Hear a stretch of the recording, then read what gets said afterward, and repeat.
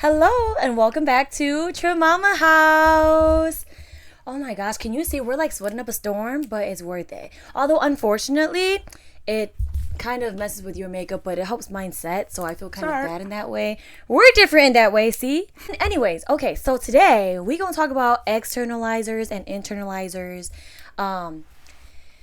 So yeah, just to give some context about why I've been thinking of that lately. Okay. It's because of the book we were reading. Mm-hmm. So in part of the book, it talks about externalizers who are basically... Okay, you're better at explaining. Can you explain? She gonna choose these big words and make me define them. Yeah. Okay, but you're better at explaining. But you're right though. Externalizers are pretty much people who, like, when they have a feeling, it's like they need everybody to know they're very expressive physically in how they feel and in what they do. I mean, I'm sure y'all are thinking about people right now as we say this. Yeah. Internalizers are more so people who are like, they go within, they think like, oh my gosh, they tend to be overthinkers. Like they think a lot about like, what did I do? Could I have done something better? They're more within, and then versus externalizers who everyone kind of knows. Yeah, externalizers are kind of perceived as people who like always kind of don't have it together because everything is just out there. And then internalizers are like people who typically are kind of like, well, they it looks like they always have it together. Yeah. So I wanted to talk about that because I feel like you and I are kind of like the internalizers, few of the internalizers in our family, where it looks like we always have it together, we're strong, we're always so like happy and like present, and typically we're kind of looked down upon in some ways, and also it's like we're cared for less because it seems like, oh, but they got it though, like they're good, they don't struggle that much, while externalizers are more like apparently like visually just going through more. Like they have, sometimes I feel like they have more grace because it's like, oh, but they're so traumatized though. Yeah. So they get more grace because of that. But yeah, I guess I just want to talk about that because it's like what you see is not always how things are, you know? There's more to it than just how you appear on the outside. How do you feel like that impacts you with like people perceiving you as like an internalizer, and oftentimes like not seeing that you also struggle and that you're not strong all the time, that you have hard mental days? If I used to feel so like hopeless about this because an internalizer, like we mentioned, is somebody who really holds it in, bottles it up, figures it out on their own. Most times they don't have someone they can rely on, right? So we're kind of like I got it, I don't need any help. Not like that's how we want to be. It's just the world has made us become that way. And so for me, I've just always felt like I had to be an internalizer because I couldn't really rely on people. However, there have been moments where I've like totally tweaked out. Like, I need help. Like, is someone going to help me? It's like a call for help. And then I feel like even in the times when I had been like very expressive as like an externalizer would be, I feel like people are like, but why are you doing this though? You're so strong. You can hold it in together. I'm telling you, I cannot. I feel like when we as internalizers kind of address how we feel, people don't take us seriously. Like, but you're strong. Yeah. You can do it. But I don't want to. It actually, in a sense, made me understand an externalizer in the way of like, even when they externalize, people aren't getting them. Like, but to be fair, externalizers, they do shit like throw chairs or like punch walls or yell at people. In mind, what I was doing was going off on people who had hurt me. And I don't know, it just wasn't received well. And I hate that I keep saying something wasn't received well. But when you open up about something and someone is like openly rejecting what you're saying, you don't really rely on them anymore. And it kind of perpetuated why I was such an internalizer. It's like you could never do it right no matter how you went about expressing yourself. Right. But also to go to what you said was, had I been an externalizer and I'd done that, people would probably be like, oh my gosh, how can I be here for you? Like, oh, you're going through something again? But for me, it was like, but when? You always have it together. This is just another thing. You'll get it together. And I'm like, bro, I'm so close to ending everything. I don't know what to tell you. So tell me about you, because I know you're an internalizer as well.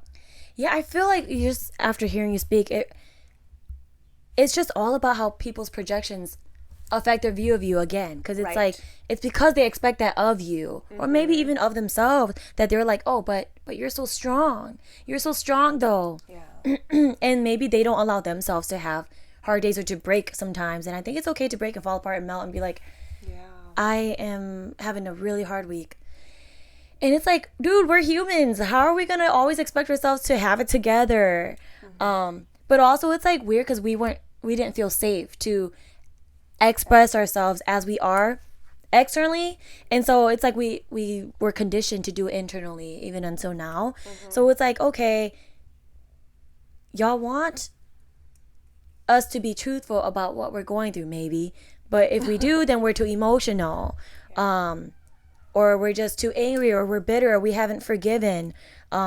It's like it almost feels like a lose-lose, Right. but it's not, because I feel like what matters most is like who we are and how we are to ourselves. But it is kind of like annoying sometimes, where it's like, it makes me think of when you had a conversation with mom, and y'all was talking about how she's the only really there for the boys and not really there for the girls, and she had said, well, what'd she say? Like, you guys can do it without me. Yeah, she's like, you guys never needed my help. Yeah. And I'm like, we did. I told her, I was like, we did. We just couldn't because you wouldn't have helped us. Right. And I'm like, is it that we need to show that we need help? Like, oh my goodness, mother, I need you. I am homeless and I don't have a job and everything's falling apart. I need somewhere to live. I don't know, like, why does it have to be that extreme? Like, why do we have to show that we're absolutely falling apart to have support? And so the reason why, like, we are internalized is because if we were to externalize our pain and suffering, like, I don't feel like we would be cared for or received anyway. So it's like, well, whatever. Let me just deal with this on my own. Yeah. Which is also kind of like, we don't need to struggle like that. We don't need to struggle alone. It is so unfair because internalizing is like, you kind of hold it in and you don't really express it, right? But I find so often within our family that when we express something, they're like, you're always like this. What do you mean I'm always like this? I internalize. Like, I don't even tell you how I feel. But if I'm addressing something like, I'm not really happy with this, I'm disappointed, and I'd like, some discussion on this, Wen's always mad. She's just always mad. How am I always something if I'm an internalizer and I don't even come out and say something? I feel like it is a lose-lose situation when there's people who don't understand you. But when you come with people who get it, whether they're an externalizer or internalizer, because being an externalizer is not totally like a toxic thing either. Like, it's okay to express how you feel. Yeah. And just like being an internalizer isn't totally a good thing either. It's good to express how you feel. It all comes down to expression and community, because as internalizers, we can come to each other. We get it. Yeah. I think sometimes it feels unfair because it's almost as if, like, if you're more traumatized, then you get more grace. And if you're less traumatized in our family, it's like, well, you should have known better. You should do better. Be better. And it's just like, that's so unfair, because it's like, there's no place for me to fall and lay my head, because I always have to have it together, because even in my struggle, I can't struggle. I have to do it a certain way, or I just can't, because it's what I'm going through is not as bad as what some other siblings went through. I just feel like that's unfair, and I feel like we should all be giving each other grace. And sometimes I just feel like some people just get so much grace that they become enabled and continue to hurt people, while some people don't receive grace at all and are just being hurt. It's been like kind of an interesting year for our family. I told two of our brothers a few weeks ago, I was like, I really want you guys to be careful with how you guys are perceiving things and how you're responding to it, because it seems like the louder a sibling cries, the more you think they're right. Volume isn't always equating to correctness, because sometimes I might be more loud and more passionate, but that doesn't mean I'm right either. But just like how there are people who cry and they fucking vent and rant all the time, it doesn't mean they're right either. And people just need to understand nuances and complexities in all scenarios. I agree. And it's also like, especially since we have some quiet ones in our family, like when they speak, like, listen. Yeah.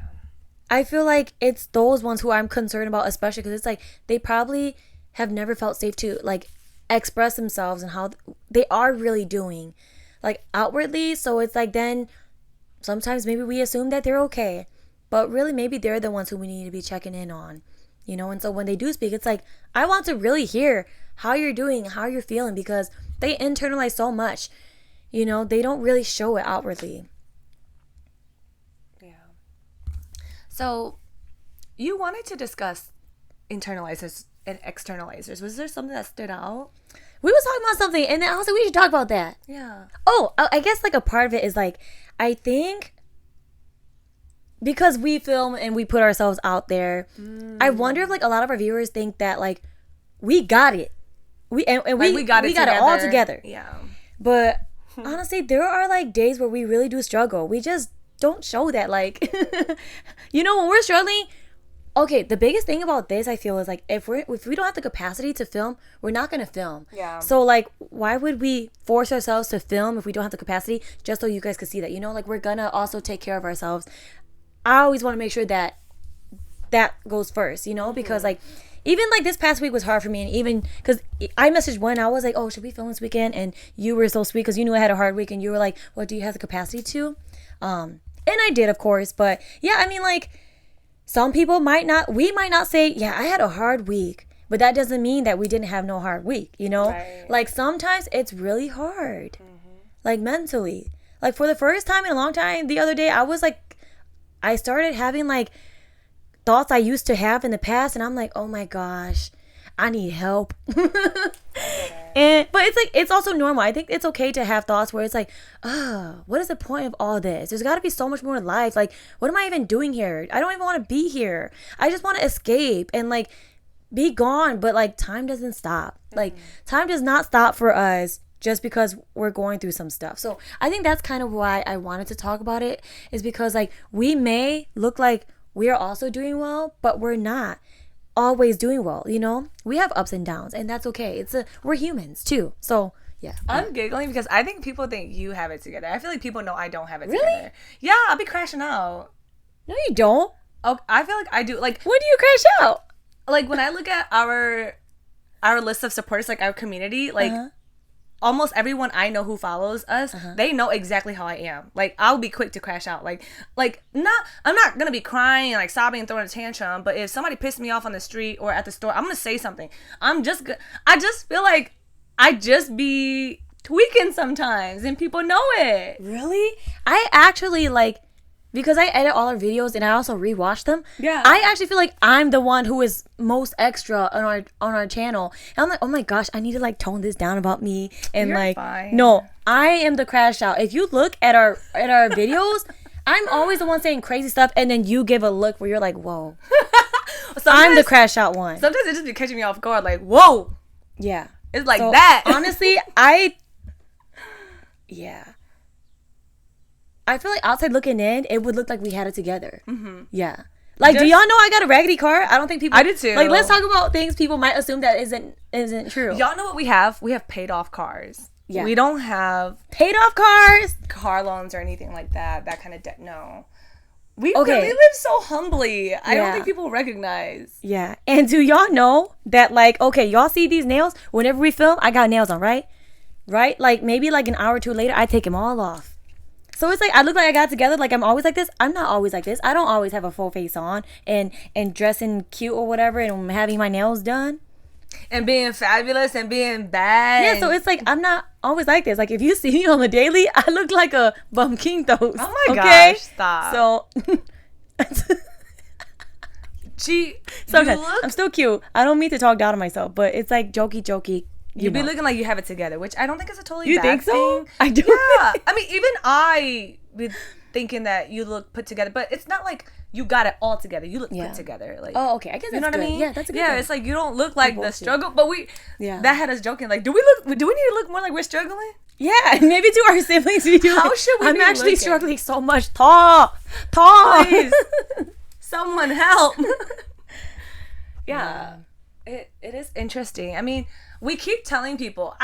Have y'all been picking up on the messages that we've been trying to put out there? Like, don't make assumptions. Don't have any expectations. Receive people. Give love. I feel like it all comes back and it ties together because we're just saying don't have expectations. Don't assume things of people. And I feel like, just kind of go back, a part of this is kind of like a trauma response, where it's like we had to feel like we felt like we had to always have it together. So now as adults, it's like, okay, well, I'm just gonna continue, because also we gotta be honest as well. Like, we're stubborn, so even if we need help, we gonna push through until we don't need help, and then once we're out, then we're like, yeah, I was struggling. So it's like, even now, like, let's say we were struggling, right? Why would I tell y'all? I mean, okay, I might. No, I'm learning too. I get it though. I You get know what what I you're mean? saying. It's like, why would I tell y'all? I'm gonna tell y'all once I'm out of it.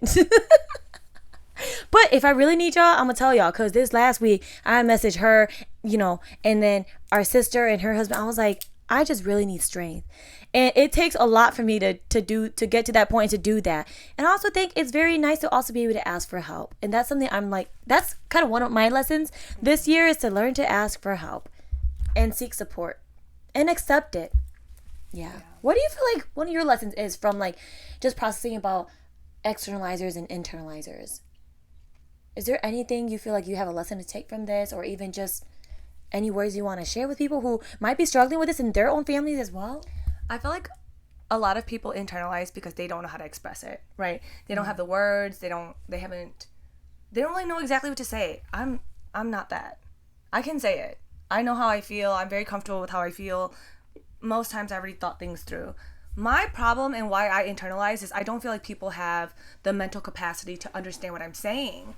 That makes me internalize, and which is why I journal so much, which is why this past year I've retreated so much to journaling. Not that like you can't understand me and I couldn't come to you. I can and I do, but there's something about how I understand me. And when I journal, I don't have the fear of, oh, is mom gonna understand me? I can just do it. Yeah. So I'm sick of saying things to people, and I can see it on their face. Like, they don't give a fuck, and they don't understand me. I don't want to leak negative energy into how I feel, especially if it's already something that is tender to me. So that's how I feel about my feelings, Period. I think you just explained it so perfectly how you don't need validation because you validate yourself. Yeah. And you process it with yourself, and then everything else, again, like we talked about, is a bonus if people do understand and hear you and see you. Yeah. Because So I see love yourself. you and you understand me, but you're no longer the first person I run to anymore. Yeah. She really used to be like, when I was going through my divorce and all, anything, I would just call you and cry. Yeah. But now I've gotten to a point where it's like, okay, I can still call you and cry, but it's not gonna be my primary source anymore. I feel like we helped each other get there. It was literally like we held each other's hands, like uplifting each other, like taking turns too, because I feel like I used to always go to you for every little thing too. Like, this person said this to hurt me. Can you check my message? Now I just do it. But like, it's also like you're still there because I remember the things you would tell me. Like, trust yourself. Same. Know yourself. You already know how you feel. And then there's that, like, you also kind of helped build my skill set and being able to do that. Yeah, so it's like, it's not like I don't need you or we don't need each other anymore. It's like, all right, I have you in my we mind. received each other's support from the times in the past where we did need each other. And now we can do it on our own with the support of each other. Not having to be reliant on each other, though, Right. So that's like the purpose of like relationships that are fruitful. Like, we have that. That's such a good point. And this goes a little off track, but I think it does pertain because you're mentioning about how, like, you can hear my voice. I hear your voice too. We've almost gotten to a point where it's like, you don't need to be present. I already know what you think. I know my sister so well. Yeah. And I actually think that's so beautiful because, okay, Sappy, there's gonna come a day where I won't be here in this world anymore, or you won't be here. I love that I know you and I love you so well that I will always be able to have you, like, within my soul. Yeah, she can have a conversation with me by herself. Yes, I know you so well, but it's because I know myself so well. It's like I've dug deep. And How deep? Deep as hell. Deep as hell. And I also have, like, understood you very well. I know some people so well. I don't even need to be in their presence anymore. It's just being in the presence is a bonus. I know her so well. I can tell based on her facial expressions. That's why she hate playing games with me. Yeah, and I'm just like, bro, just let even yesterday. Just vote for me, but let me I can say nothing. I'm like not saying anything. And I was like, shit, I'll have to explain why I knew it was you. It's because of the word. It's I because know. you didn't I communicate. Know. I know. I was like, oh, it's her. I know why. Because if you knew the word, I would have said, yeah, you would have said something. I still don't know if I would have said it though. I know what you're thinking. You wouldn't have said it, but you would have like been like. But it's crazy. Why were we bad? Like, I was bad the first round in the game yesterday, and then she was bad, and then she was bad again. I hate being bad. I'm such a bad liar. That's good though. I'm glad that we're bad liars, because I don't want to be good at lying. Yeah. Like, who wants to be good at lying? I mean, unless if you're like an attorney or something, because sometimes they be doing that stuff, or like good at tricking. I don't want to be good at that. Like, okay, Yeah, thank you, like, God, that I didn't have that. Whatever that was, I don't want that anyway. It's like chopping up words or something like that. Yeah. But maybe that's our strength. Like, we're just true to ourselves. yeah, And it just is what it is. Whether it's external, whether it looks like we got it together or not, at least we can internalize it and we know it within ourselves. dude. Honestly, while you're saying that, it makes me think about how I've internalized my entire life and how it has given me such a hard time with expressing how I feel to people. But I also see in another sense of where it's been protection for me. Period. You know what I'm saying? Yeah. So not everything is a totally bad thing. Not everything is a totally good thing. So seeing the balance in it of like, okay, I could be more expressive here. And then I also see where I'm not saying this to this person because this person can't keep their mouth shut. That's true. That evil eye. Girl. Especially on like social media. Like, I agree with you when you were talking about how you feel like sometimes internalizing it was protection for yourself. Yeah. Honestly, sometimes I feel like even though I am an internalizer, I feel like with maybe my personality, I can be too out there. I honestly feel like I do too much sometimes where I'm like trying to pull it back. Like even with me posting on my stories, I'm like, I don't need to let everyone know what I'm doing all the time. And if I'm struggling or if something good happened, because I don't want people's evil eye to leak into affecting anything that I'm working on. Yeah. It's so funny because somebody had told us that we should talk more on spirituality. Who? Oh, okay. You don't got. We don't really go into depth, but yeah, very careful about like evil eye and like envy, negative energy. Just I don't want to mess with my blessings. Hey, guess what? It's fun to bounce off because we love ourselves and we're true to who we are. Yeah, it's gonna bounce off. If you got evil eye, it's gonna bounce off and come right back at you. We're immune so be to careful, this, y'all. You cannot mess with God's favorites. Period. Period. So. Yeah, if anything, I worry about y'all who be trying to leak stuff into us because we are covered. We are good. We got strong guardians around us. We are good. Believe that. I wish they could know what we're talking about, but you just gonna have to believe us for that. We're good. Yeah, whether we're apart or whether we're together, we are good. We are protected. We are divine. Yeah. Period. I think it's a really great book to read. Thanks to our cousins for sharing this book with us. Man, I had just finished reading it in June. End of June. This year? Yeah, I just finished. It took me forever. And then our cousin was talking about how like impactful that was. I was like, I need to do it. I need to read it. And I read it and I was like crying. It helped me process so much. And just helped me through certain situations I was going through. I was like, wow, it's amazing. That was my time to read it, I think. I think it was your time to read it too. I read it a few years ago, and I cried every chapter. It was so validating. I felt understood. I felt there was a lot. They put words to feelings that I have and have always had, but didn't know what it was. And at the same time, I feel like the book missed a few things. Like they didn't talk about socioeconomic statuses and stuff like that, but she did a great job at going in and diving into different types of parenting, what you might be struggling with now if that's your kind of parent. Luckily for us, we had a jackpot of traumatic parents. Our parents were every single type of parent there was. It was hard. It was a hard read. So a part of me was like, well, what do I do next with this info? And I guess that's something I'm still processing. Yeah, because I'm like, okay, yes, check to all these, but then what next? One thing I do want to leave off on before we see you next time is not everything that you see about someone is how they are doing, Like just because people look like they got it all together, it doesn't mean that they do and that they don't need support or that they're not struggling. And just because someone looks like they're always like a damsel in distress doesn't mean that they need help. So yeah, and also just extend grace. Grace. Yeah, that's the main thing. Let us know your thoughts too. Like, are you an internalizer or externalizer? How do you process and like express yourself to you and to your loved ones, to your family, to coworkers even? Like, tell us. I kind of want to know.